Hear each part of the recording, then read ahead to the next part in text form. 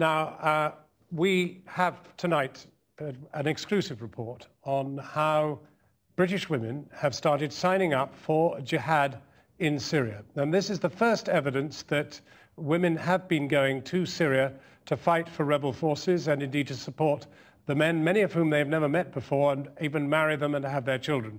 Now, Kylie Morris has this exclusive report.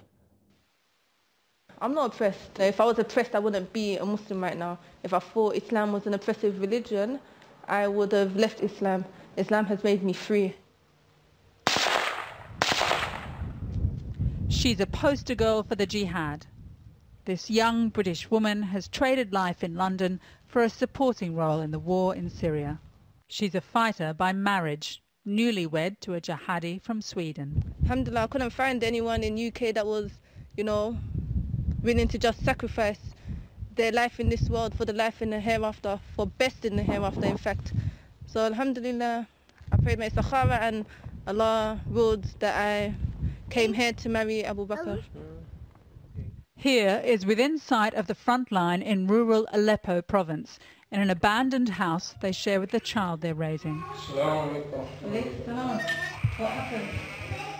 Mariam, not her real name, says she'd fight if she could, but that's not her role. She says she's a mujahid's wife, supporting her husband and showing solidarity with their cause. He describes for the camera battles fought by the Sunni jihadi militia known as Katiba al-Muhajirin, the battalion of migrants.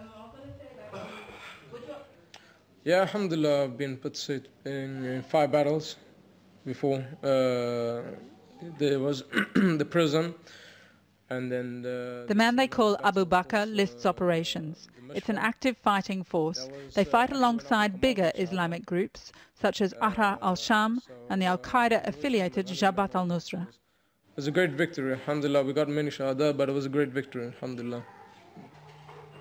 This is Syria. Victories, defeats, serious atrocities. President Assad's forces are fighting here to take back territory from groups they regard as terrorists. Yeah, just see now I'm going out again after Maghrib. To fight? Yeah. Mariam says she met her husband after coming to Syria for their wedding, arranged by his mother earlier this year.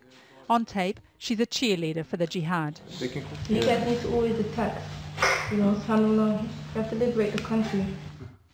Before she came to try and liberate Syria, Mariam lived relatively comfortably in the UK. She went to college. What did you study? I studied media studies, film studies, psychology and sociology.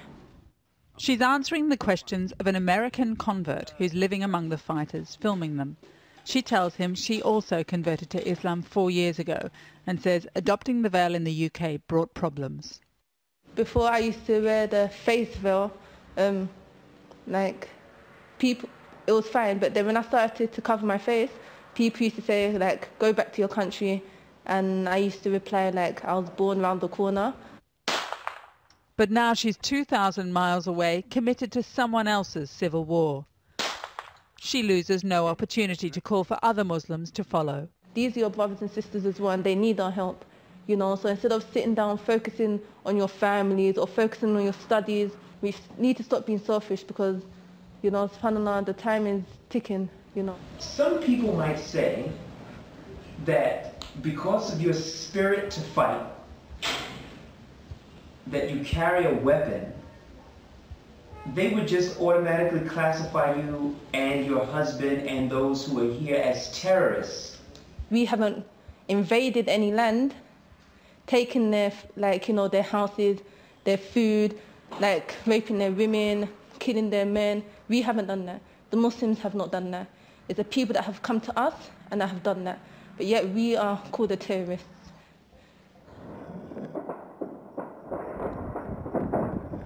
By night, the fight is visible from the rooftop.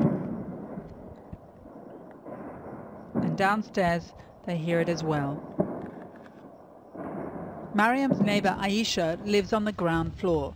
She's also from the UK, with a young daughter and married to a British fighter.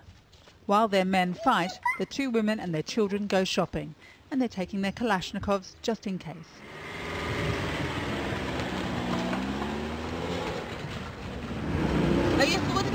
needed. Covers, nappies, a bucket. We'll try and get the fresh covers this time, inshallah. Inshallah. Feed's not working.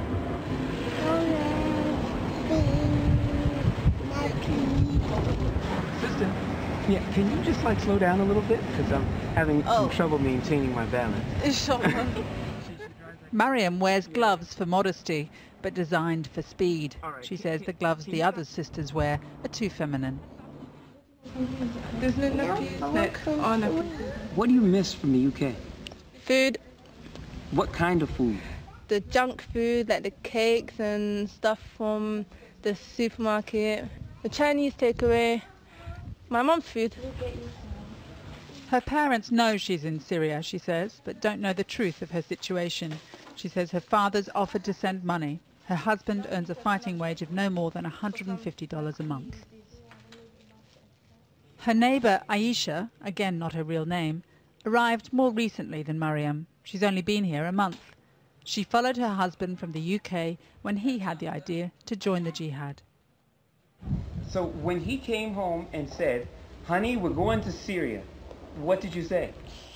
It wasn't quite like that, but he'd actually he said he'd wanted to come here, maybe have a look, maybe come back to England, and then maybe we could both come together. But when he did come here, he decided to stay, basically. So yeah, I was a bit, maybe a little bit unhappy about that, but alhamdulillah, it's okay. What about your daughter and all? How has she adjusted to being here? I think children adapt very quickly, so she's been okay. First few days, you know, she was saying she wants to go back home, she wants to go to England, but now she's okay, alhamdulillah. I think she loves it, you know, loves being outdoors and being able to just play, really. She's okay now. You can't catch me. Mariam and Abu Bakr aren't looking back. They're planning for a visit from his parents. They've settled into frontline life where they compare his and hers Kalashnikovs. My Kalash is better than yours, fam. No, it's not. Yes, it is. Then why? Because it got the hook stock. Yes. Mine is smaller. Yeah, because that's for going to shops, and this is for the fight. Yeah, but when I'm shooting my one, it's better than when I'm shooting your one. It feels more comfortable. They've traded everything they had for jihad. Mariam says she's no plans ever to return to the UK, even if her husband becomes a shaheed, meaning he's killed. She's committed to a future that begins in Syria.